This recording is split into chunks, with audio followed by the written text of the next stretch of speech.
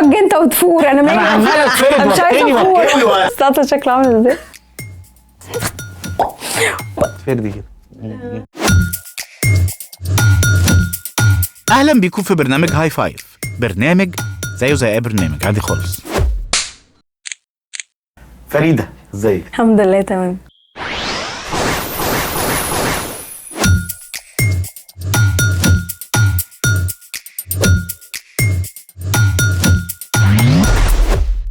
ليه فريده تبدأي مشوارك الفني وتضحكي على الجمهور وتجيبي صوت واحده تانية وتعملي عليه تحركي شفايفك؟ ليه؟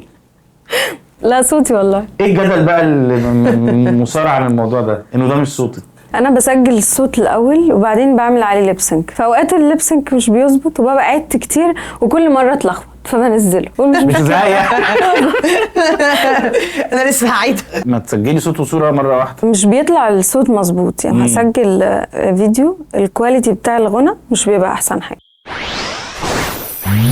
في اتفاق كده ضمني كل الامهات في مصر لما تعي تقول لك سيب المروحه عشان التليفون اللي انت ماسكاه ده هو الموبايل ده اللي جايب لك الصداع. كلهم بيقولوا نفس الحاجه. مين اللي قالت المقوله دي وكلنا مشينا وراها؟ انا ماما تقول لي دايما التكييف، كل ما اتعب تقول لي التكييف عشان بتنامي تحت التكييف. طب انا ما اموت من الحر.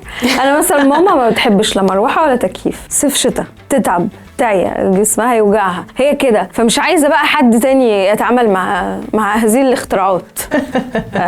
لو انا ما نجحتش بكره بقى لما تكبري وتعجزي هتحسي هتتعبي جسمك هيوجعك هتلاقي مش عارفه ايه. اقول لها سيبيني انا عايزه اتعب عايزه اعيش بس ما اقعدش في الحر. لكن مين بقى اللي قال؟ اكيد بقى هي اجيال ورا اجيال مش هتعرف تجيب اخرها. نفسي دايما بدور على اصل الحاجه، يعني يبقى ابنها عيه انت عشان نمت في المروحه، عشان استحميت وخرجت، وانا لازم اخرج. انت عارف ده بقى ده نبهني لايه بقى؟ لعاده مصريه اصيله، ان انت اي شخص بيقع في اي مشكله او بيتعب انت بدل ما بتطبطب عليه انت بتلومه، انت عشان عملت كذا فحصل لك كذا، فانت بتزود عليه العيب اللي هو فيه، سواء هو مريض واقع في مشكله. دي حاجه كلنا بنتوارثها عن طريق الاجيال. يعني انت مثلا في مشكله فراح تشتكي بقى لايا كان الشخص، بيقول لك ما انت عشان ما سمعتيش الكلام وعشان ما عملتيش كذا وعملتي كذا وعملتي كذا، بدل ما مثلا يقول لك طب معلش طب تعالي نشوف حل، طب خلينا نتعلم من اللي حصل ده، كويس انت خدتي درس اتعلمتي مش هتكرري الغلطه دي المره الجايه. لا ابويا لما مات عمره مات. خايفه من تكمله القصه دي والله العظيم. ما تكملش القصه. عمي قال لي طبعا عشان خرجتوه من المستشفى. يا معلم خرجوه من المستشفى عشان يموت، هو كان مكتوب له يموت في بيته، انت بتلومني ليه؟ هو اللي طلب يخرج من المستشفى. شعب بيلوم بس. معلش يلا منك لا يا عم.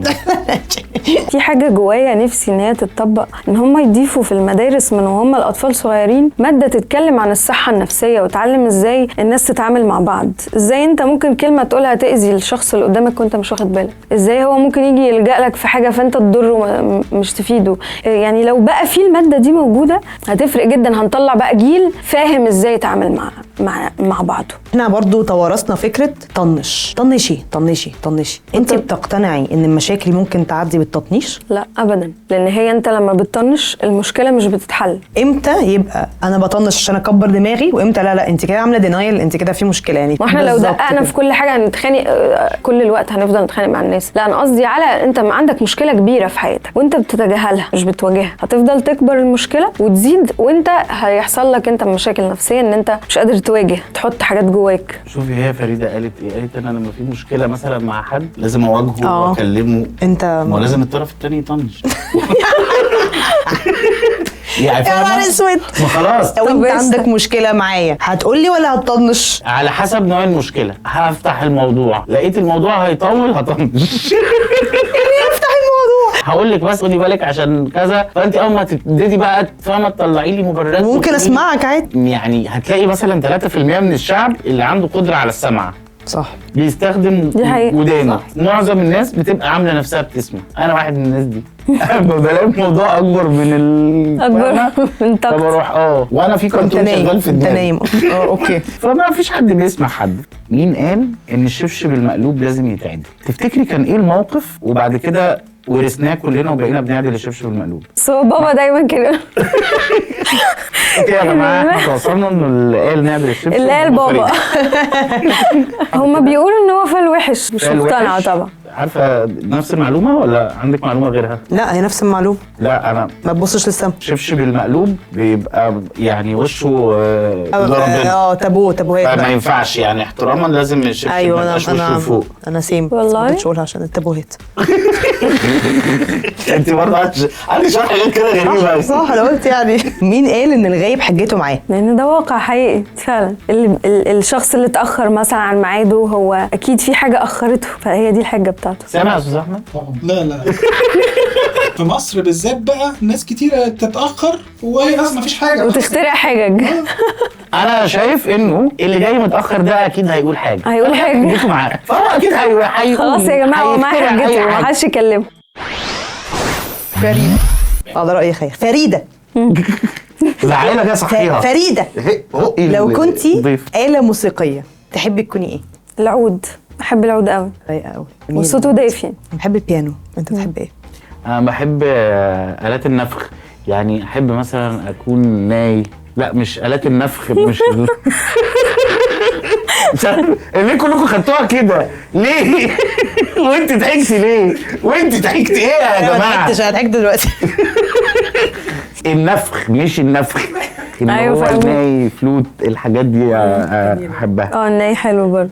لو كنتي ماده دراسيه تحبي تكوني ماده ايه؟ العربي. كنت بحبها قوي وانا صغيره، كنت اشطر حاجه فيها العربي. حتى النحو؟ النحو ده كنت بموت فيه، كنت شاطره جدا في العربي. انا بحب العربي برضه. انت تحب ايه؟ انا العربي. بحب تلعب. بحب العربي، بس النحو ده بالنسبه لي كان حاجه فوق قدراتي العقليه. لوغاريتمات. لدرجه ان انا السؤال بتاع النحو ده كانوا بيحطوا لنا خط تحت 5 كلمات ويقولوا لنا اعربه، كتبت ال5 مضاف اليه مجرور بالكسر عشان اكيد فيهم واحده فاضمه نص درجه بدل ما يضيع عليها درجتين ونص. كفايه كده. ابوس ايدك. لو كنتي اغنيه تحبي تكوني ايه؟ في اغنيه بتاعت انغام تقول تعبت اشكي، تعبت احكي، تعبت اشرح، وانا القصه انا عارفينها. انا ناسيه. انا عارف الاغنيه مش عارف اسمها. انا المسرح عموما اختيارك لانغام الصوره اللي مكسوره في بروازها، ولا حاجة من الاتنين بتتصلح. بس هي مش الأغنية اللي انت كنت لسه بتغنيها دي نفس الفكرة بتاعت الدنيا ماشية بظهرها وحطت عليا بتاعت تتكلم عن شخصية تقابل صعوبات كتير بس هي قوية. ما بحبش أصلا الأغاني اللي فيها انهزام دي. ليه دي جميلة؟ ايوه انت امراه حره متحرره وقويه وكده. انا اندبندنت وومن. ايوه انا عارف انت بتحبي عمرو دياب قوي صح؟ اديني هاي فايف. هاي فايف. وانا بحب عمرو دياب على فكره جدا. ايوه لو سمحتي. هاي فايف. انا عايز حاجه في المجروح. كنتش عارفه ان احنا هنغني. انا بقالي كتير ما غنيتش ده كلام برامج، احنا مش في برنامج، احنا قاعدين قاعده حلوه مع بعض. لما حد يقول لي غني بنسى كل طب ايه في المجروح؟ في خليك معايا. دي فرايحي. لا مش فرايحي، انا بغني الكوبليه الحزين منها. طب ماشي هي دي. وعرفت قيمتك لما بعدت ورجعت بعد فراق، جربت أعيش من غير هواك وهي دي النهاية. أنا بعد منك تهت وضعت، أنا ضعت من الأشواق، وانت كمان ضعت وبجد حرام كفاية. طلع صوتها. قفشتها وطلع صوتها. خلاص كده يا جماعه انا عملت اللي عليا. لو كنت وقت في اليوم تحبي تكوني ايه؟ الساعة 6 المغارب. الوقت الهادي ده، الجو بقى خلاص بقى حلو. يعني انا بحب اطلع اتمشى في الوقت ده، ما بحبش اخرج بالنهار ولا اعمل مشاوير بالنهار خالص. انا جايه النهارده ما نمتش لان انا بنام بالنهار وبصحى هاي فايف. فانا ما نمتش من امبارح. احيانا الظروف بتضطرنا تشتغلي مع ناس ما عندهمش بقى، ممكن نقول يعني مش عايزين نكبر، ما عندهمش رحمه. صح ممكن بدري فاهمه؟ يقول لك تعالي اصحي بقى فاهمه اول منذ بدء الخليقه. اكتر حاجه كنت بتحبيها في المدرسه؟ الغنى. كنت بتغني في من المدرسه؟ وانا صغيره، من وانا في اولى ابتدائي بالظبط. هوبا فريده فين في المسرح بتغني صح؟ بس لا ما كنتش في الدراسه مش خايبه يعني، شاطره وكل حاجه بس مش بحبها، بعملها كده. مين في الدنيا بيحب؟ كنت بتحبي المدرسه؟ لا في ناس بتحب. في ناس كنت بتحب المدرسه على والدراسه؟ فكره في ناس بتحب فعلا. استاذ احمد، استاذ باسل، كنت بتحب المدرسه؟ حد يا جماعه كان بيحب المدرسه؟ محدش بيحب الصحيان بدري. في ناس بتحب المدرسه المدرسه فعلا بيحب الصحيان بدري. والله ابدا. في ناس بتحب تنزل المدرسه لا بيشوفوها في حدث ناس اجتماعي. بتحب الدراسه والدراسه كان معايا ناس انا بتحب متهيألي الدراسة. الطفل اللي بيصحى وحاجه كمل. بينزل يروح المدرسه بيكبر يبقى سيريال كيلر. كملش خلاص. عارفه رايحه. بيبقى حاجه مشوهه. اصل ايه المنطق في ان انا اصحي بنات طفل؟ المستقبل يا ابني دكاتره علماء طب ماشي بس فيزيائيين. يا حبيبتي مهم يتعلموا، بس استناه يصحى واعلمه. لكن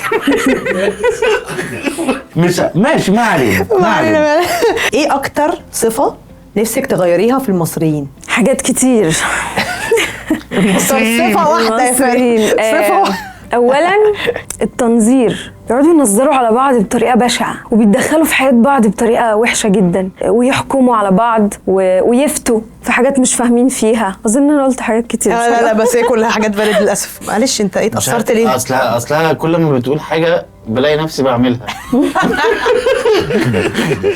احنا كلنا بنعملها يعني بننكر. بفتي، بنظر، احيانا كتير فضولي بيخليني اتدخل في حياه الاخرين. بعمل ايه تاني قذر قلتيه؟ قولي انت قلت حاجات كتير. والله انا بعمل كل حاجه. فحسيت انه ايه ده انا ده بتوصفني. ايوه. لا بس لا حسيت والله ان انا لا، مش كده مصري يعني. النيل بيجري. مين الاول حد قفش الحق فريده بتغني؟ مين؟ من وانا صغيره اصحابي، كنت بغني في البيت وفي المدرسه، فاصحابي في المدرسه كانوا عارفين ان انا صوتي حلو، بنقعد نغني بقى في البريك وكده. جه في مره ابتدوا في المدرسه يدخلوا بقى حاجه اسمها مزيكا، ما كانتش موجوده، فابتدوا يعملوا حفلات، كانوا بيدوروا على صوت يغني. جم على الفصل بتاعي يسالوا بقى في حد هنا بيغني، حد صوته حلو؟ فاصحابي بقى زقوني، دي بتعرف تغني صوتها حلو؟ قلت لهم لا ما بغنيش، وما كنتش عايزه اغني بس يعني انت في الاول اعترضتي وما كنتش قلت لا كنت مكسوفه. انت عارفه انا كان اي حد وانا صغير بيدخل الفصل يسال عن اي حاجه، رياضه بقى، غنى، تمثيل، فاهم؟ كنت بقول بعرف اي حاجه عشان امشي. طبعا والله عشان افهم. طبعا والله. وانا حد بيعرف يلعب كاراتيه انا معايا الحزام الاسود وانزل مش اخضر نصاب هو ده. ويطردوني واطلع. اي حد بيعرف يغني اقسم بالله تزييق باب شغال، انا بغني واروح نازل ويضربوني واطلع. المهم ان انا انزل الشويه دول. والله. ايه اكتر حاجه بتحبيهاش في التجمعات العائليه؟ الاطفال الاطفال فبيفضلوا يتخانقوا ويصدعونا، فانا ببقى عايزه نتجمع بس مفيش عيال صغير، بس بيجوا يرازوا فينا، اللي هو ده ضربني، ده خبطني، ده تنفس الهواء اللي انا بتنفسه، ده خد اللعبه بتاعتي، ده مش عارف ايه. فبنزهق بقى، بزهق. هو فعلا كان مزهق بصراحه. ايه يا جماعه البرنامج ايه اللي حصل؟ بقى ضد الطفل فاهم. لا الاطفال هادين بحبهم، انما الاشياء لا. حصلت معاكي انك قربتي من حد في دايره شغلك وندمتي؟ حصلت وانا لسه في البدايات. الاول حسسك انه صديق وبينصح، فانت تقبلت ده، قلت تمام انا محتاج صديق. ابتدى يتحول لشخص ديكتاتور وعايز يسيطر على رايك وفكرك وطريقك اللي انت ماشيه، يرسم لك كل حاجه، وانت مجرد ان انت كنت رايح له عشان هتشتغل. بس الصديق ده تحول ان هو واصي عليك وبيوجه، عايز يوجهك لا انا عندي شخصيه وعندي الابويه بقى اللي احنا بنعاني منها في المجتمع. هو ليه دايما بنختار حد بيطلع هو ده الوحش؟ تسيب الناس كلها انا هثق في ده، يطلع هو ده اللي عنده يديك، هو ده اللي يديك القفل. والله فاهمه بالظبط. تحبي ده، هو ده اللي يطلع توكسيك. ده بقى بيخليك ان انت ايه بقى، بقيت حذر، خلاص انا مش هثق في حد غير لما اشوف مره واثنين وثلاثه وعشرة مثلا لمده سنه كده، وشفت منه كل حاجه كويسه وتاكدت ان هو او ده خلاص هياخد الثقه بقى. حصلت معاكي ان الجيران طلبت معاهم يهدوا الحيطه وانت داخله تنامي؟ بيبقوا بيعملوا بقى توضيب وحاجات في الشقه طبعا. عارفه اللي هي بيقعدوا يلعبوا في الفرنتشر وانت فوق وهم فوق وانت تحت، تطلعي ما تلاقيش حد في ايوه دول ما بيبقوش ناس.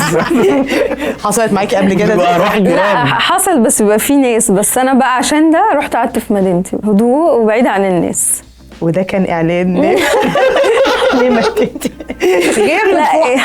انا عندي جاري بالليل اسمع توك توك توك، يعني هو بيحاول يعملها ايه؟ يا حبيب قلبي. طب والله طيب.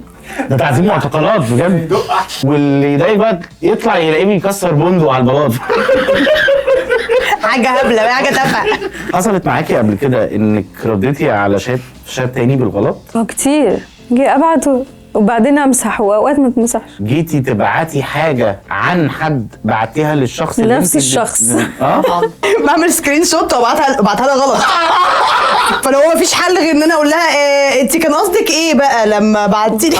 انا ما فهمتش ده. ايه ده حل فشيخ. اصل هنعمل ايه؟ اصل احنا لبسنا كده. الفكره ذكيه ونبهتني لكم من الناس اللي بياخدوا لي سكرين شوتات ويبعتوا لا يا شيخ، لا يا شيخ بقى. انا بتجيلي كتير لا لا لا يا شيخ لا. ايوه بقى كنت عايز تقول ايه بقى؟ يعني دول كانوا بيبقوا بيبعتوا لحد تاني صح؟ اكيد اكيد.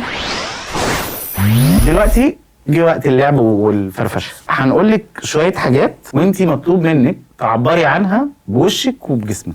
لا دي لعبه صعبه قوي. والله مش صعبه ولا حاجه، هتتبسطي. ده تمثيل ده، انا ما بعرفش امثل. تخيلي نفسك عروسه لعبه وفي طفله صغيره رزله عماله بتلعب بيها وبتغير عارفه انت حاجات وعماله ترزعها في الارض وكده. انا مين بقى؟ انت العروسه. لا بتهزر. ايوه يلا لا اعملها ازاي دي؟ اعملي يلا. تمام ايوه ازاي؟ من غير ما تضحكي بجد بجد. السلطه شكلها عامل ازاي؟ يلا اعملي عروسه الاول. يلا تخيلي. طب لعبه تانية يعني. لا مش عارفه اعمل دي. لا بشكلي اهبل قوي. لا مش في الحاجات دي. لا ما احنا خلاص اتكلمنا والوقار والبتاع والانترفيو. عايزين توقعوا الوقار النهارده. نلعب شويه يلا. طب واحده اسهل اهو. شكلها اجمد. تخيلي نفسك قميص صاحبه بيكويه وعمال يزود عليه البخار. بص هو عملها.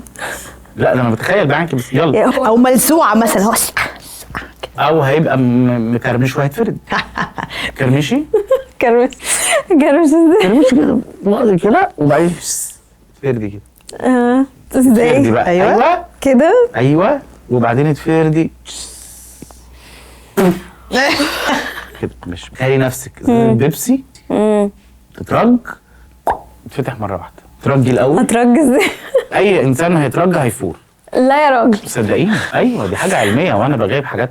يلا اترجي الاول وبعدين فوري بجد ما والله. تترج انت وتفور. انا انا عمال اتفرد مش عايزه واتقني افور. واتكوي انا عملت كل حاجه. اعملي انت حاجه منهم. تعالوا نعملها معاها. يلا. تخيلي نفسك ازازه برفيوم صاحبتها بتفضيها على نفسها. سهله وبسيطه. انا الازازه اهو خلصت. انا اعرف الازازه بتبخ مش بتطف. ما هو الموضوع اتحول ابخ لكده. ازاي؟ دي اول ابخ ازاي؟ لا ساعات بتبقى عارف اللي هي. انت بتسوحينا واحنا اللي بنلعب. لا بنلعب بجد. يلا من معايا والله يلا. لا دي مش بخه دي. طب البخه تبقى ازاي؟